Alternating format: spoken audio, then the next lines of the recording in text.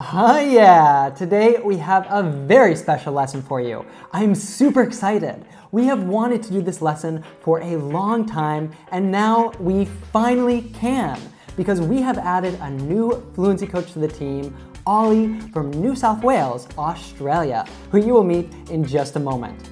So we gathered together to show you the differences between American, British, and Australian English. Now, although we all speak the same language, it's no surprise that there are many different varieties. And just like in today's lesson, every week we help you to understand fast native speech, be understood by anyone, and connect to the world. Just like our fan Kamari, who says that our lessons make learning English stress-free. So you can make learning English fun and more simple too. All you have to do is hit that subscribe button and the bell down below to join us. And that way you won't miss a single one of our new lessons. Right now we're going to start with vocabulary differences. So we will look at some different pictures and basically each of us will say what we would call that in our part of the world. So are you guys ready? Bring it on. Ready. All right, so this first one, how would you call that, Andrea? This is, of course, a pepper. I almost agree with you. I would call that a bell pepper because we have many different types of peppers in my part of the United States at least. And in Australia, it's a little bit different because for me, pepper is something really hot and spicy, and this is not spicy. This is called a capsicum. This is like the most bizarre word I have ever possibly imagined for this vegetable. It's a really difficult word for something quite simple. What would you call this, Ollie? Yeah, so this is an elevator. You would call it an elevator as well. That's what we'd call it in the States. Andrea? No, I'm sorry. This is called a lift.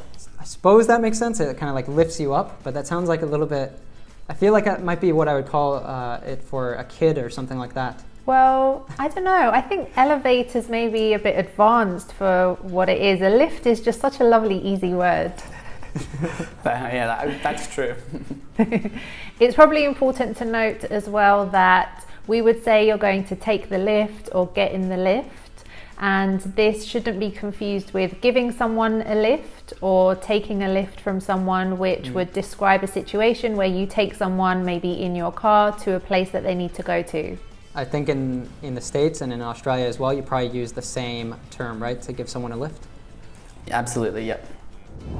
Yeah, so in Australia, we call this a petrol station, but sometimes we can even shorten it and say a petty station. So someone might say to you, oh, I need to get some petrol, let's go to the petty station. I love that. It's very similar. We don't shorten this word like you do, Ollie, in Australia, but in the UK we also call this a petrol station because it's where you go to put petrol in your car. What the heck is petrol? We put gasoline in a car. We would of course call this a gas station because it's where you get gasoline. See, when we think of gas, we think of air when you think of the elements. So if you're saying you're going to a gas station, it makes you think maybe you're going to pump your tires up because they need air or something, or you need gas, you know, like when you have an operation or something, you need gas and air. Yeah, we think like you actually, Andrea, exactly the same. Gas is air, not what you put in your car. It's not gas, it's gasoline. Okay. What would you call this, Andrea? These are, of course, sweets. For us, if you say sweets, we could actually say that as well, but it might also refer to like anything sweet. So if you have a sweet tooth, you might want like a cupcake, you might want a pastry or something like that, and those could all be sweets. For us, this certain type of sweet we would call candy. Okay, and down in the land down under, in Australia, we call these lollies. Lollies. Like a lollipop? Yeah, I mean, well, we actually call a lollipop is a lollipop, and these are lollies with IES. But are they on sticks and things? No, they're not on sticks. I guess like lolly is even more general than sweets. What would you call the place where you buy this? Would it be a lolly shop? Oh.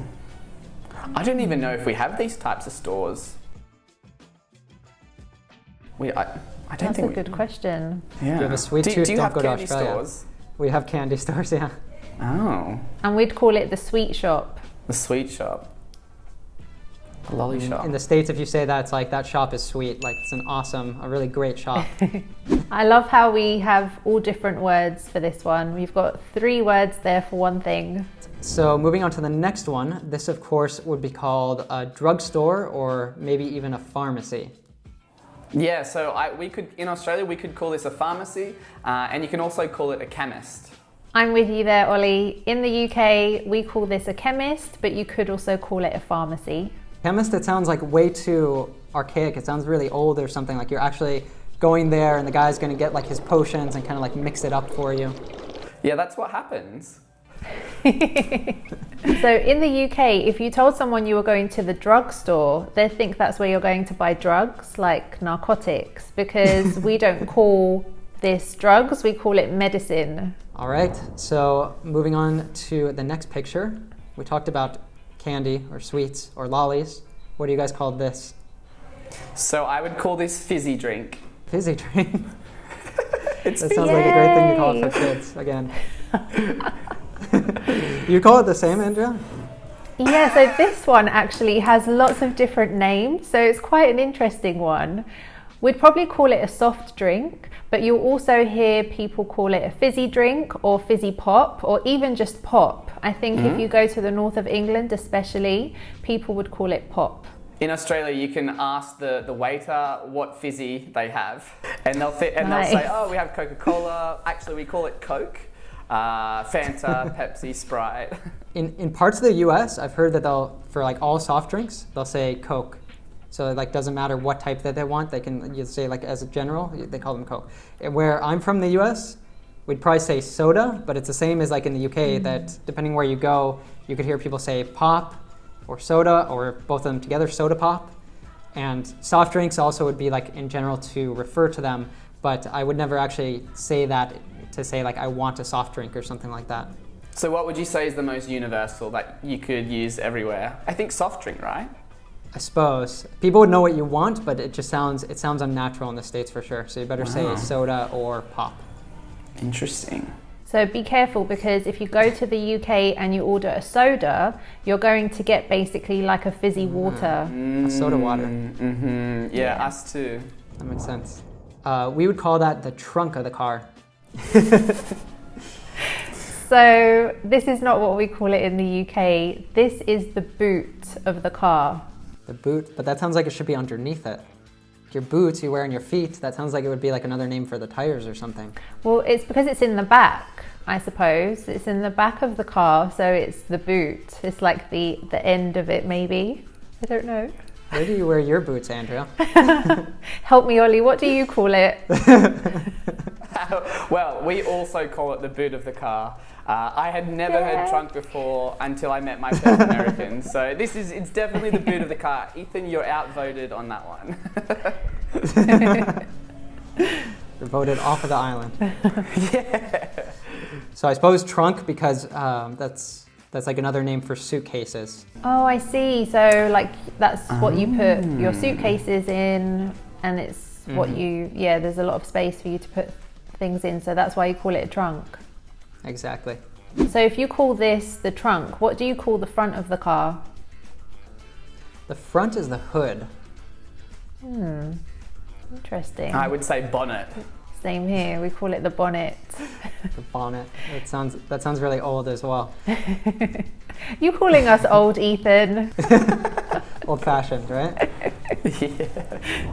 You know, if you're like most learners, learning the right vocabulary that we natives really use every day and actually remembering it when you speak can be immensely frustrating. Is that true for you? Well, it should not have to be so frustrating. In our free Power Learning mini course, we will show you how you can learn the right vocabulary and actually remember it when it's time to speak. I highly recommend that you try that because it is free and only requires about 3 20-minute sessions. So you can learn more and sign up by clicking up here or down in the description below. All right, I believe I'm looking at liquor bottles. So we talked about soft drinks, and I think in all cases of English, we could also call these like hard drinks. But what would you call a store where you buy these? I think I've heard it in Australian, so I wanna hear what Ollie has to say. In Australia, we call this a bottle-o. I think that's like the best possible name that you could have for it. It's like so strange. Because it sounds like also, it's a really good name because it sounds like whoever invented that name for it was maybe a little bit drunk. So it works perfectly. Yeah, exactly. Wow. What about you, Andrea? I haven't heard that before. That's a completely new one for me. So, well, this is a tricky one actually, because in the UK, you can buy this in many different places.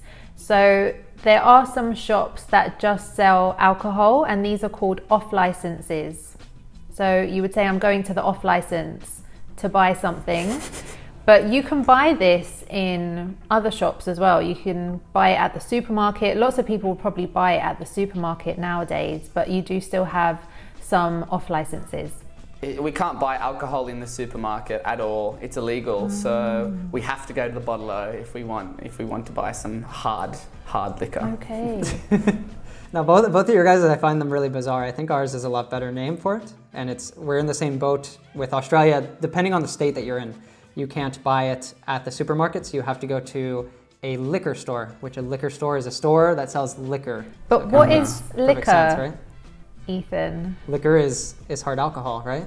We have also like a really good, there's like I guess it's a poem that fits really well with this that says, candy is dandy, but liquor is quicker. I like that one. I think bottle-o is like the shorter version of bottle shop, because you go there and buy bottles or cans if you want cans.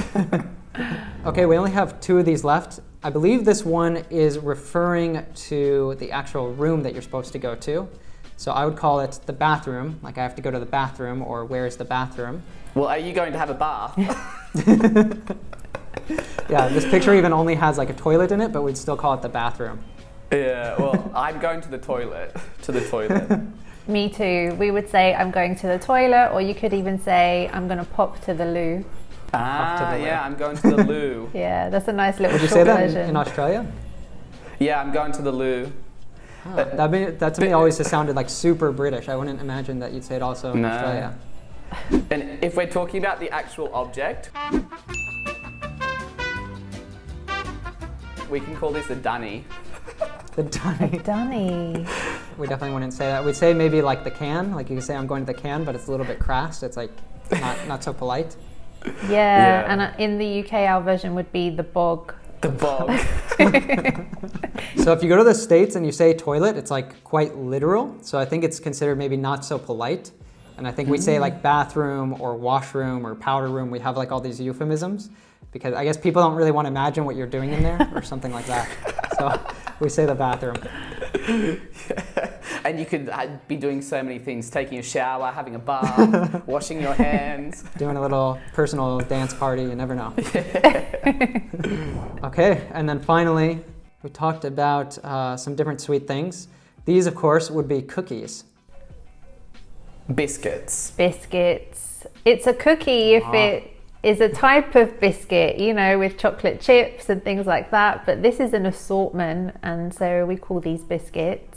Biscuits for us would not be sweet. It'd be like it's kind of like a pastry that you might have at breakfast. It's like kind of like a buttery bread roll sort of thing. Maybe we can show like a picture of what that looks like. But yeah, if you go to the States and you ask for biscuits, you're going to be sorely disappointed if you were wanting something sweet. Wow. Interesting. We love a good biscuit with a cup of tea. Now, if a lot of this seemed new to you, do not let it stress you out. For us natives, when we meet someone from a different country or even just a different region from our own, most of the time, even though they might use some different words or pronounce something differently, our ears become quickly attuned and we can understand most new words by the context. Or even if that fails, by simply being curious and asking that other person. So if you work on your base listening, you will be able to do this too. And this is something else that we help you to do constantly here on this channel. So if you haven't yet, I highly recommend that you subscribe and check out some of our other videos. And now it's time to go beyond the classroom and live your English. Aw, yeah! It's no novelty that the world pandemic that began in 2020 shook all of us to the bone. It has indeed been a year that has shifted many aspects of our lives, regardless of where we are in the globe. Above all, it has been a year with lots of learnings, as we've seen children, teenagers, and adults using digital environments for their studies, companies adhering to remote and distributed work,